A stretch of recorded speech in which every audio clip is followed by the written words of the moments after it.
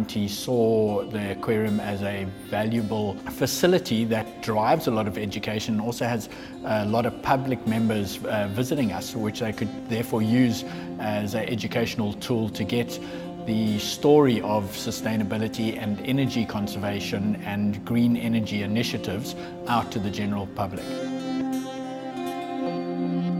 We first installed a wind and solar system. So the wind turbine is a 1 kilowatt system and a 4 kilowatt solar system. Both of these power a portion of our administration block.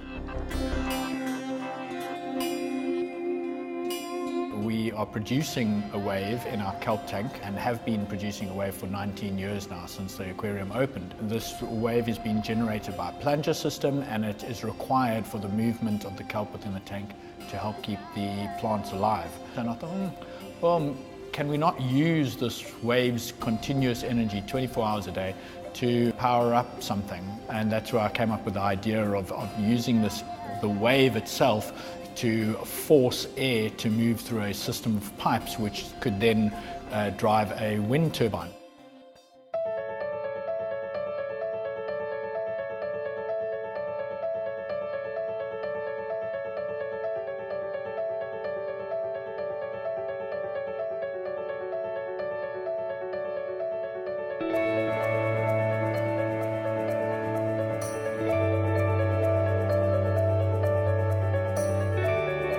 So we designed a box that was purpose-made to fit into a particular area to catch the peak wave movement.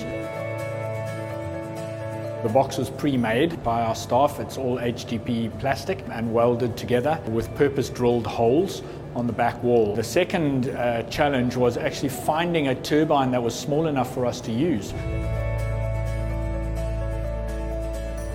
Deciding on how we were going to fit the turbine into the piping was a challenge.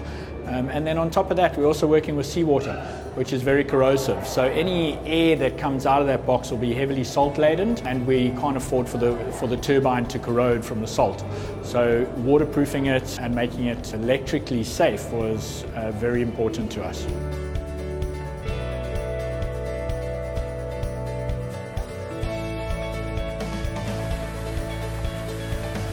So first of all, we had to get the box into the water, into position. The box was then aligned in position. We drilled the holes into the walls, and then once we had the holes in the right places, we could reinstall the box.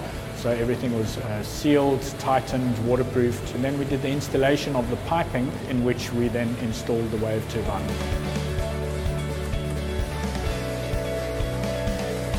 We've got this box which is going to be submerged partially on an upstroke of a wave in our kelp forest.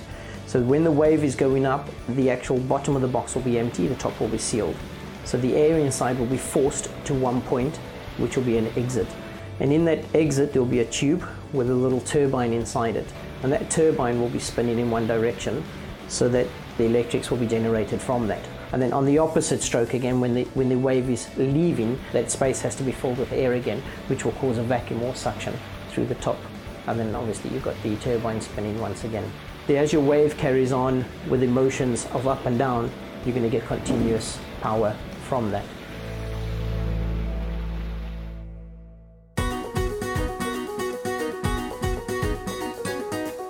It's functioning incredibly well, actually. We're achieving far better results than we originally thought we would achieve. We're actually achieving 180 volts of power, and we're achieving wind speeds of 100 kilometers an hour. So yeah, project's gone very, very well. Very happy with it. Through that energy that we've driven from that wave turbine, we're then going to be running material downstairs, signage and videos, which will then describe what's happening upstairs with the wave turbine, and in that way teaching the general public that come around the aquarium and also the kids that come for classes here. Initiative like this, I think, is personally a very good idea. I love being part of projects where actually you're learning from it continuously. That's the nice thing about the Two Oceans Aquarium, is that they will pull up projects like these, which is not only for them to benefit or to educate the public only. I learn so much from this, and I think the rest of the people do, and you take this knowledge home. Energy savings and sustainability is a vast portion of what the aquarium stands for at the end of the day. and relaying this information out to the general public is very important, because unless the knowledge is out there and people begin to use this knowledge, at the end of the day we won't be saving the oceans, because unless we reduce our energy consumption globally, the ocean acidification is going to continue getting worse and worse and worse, and we won't be seeing these beautiful animals anymore. So it's all driven by love for these beautiful animals that you see swimming around me right now.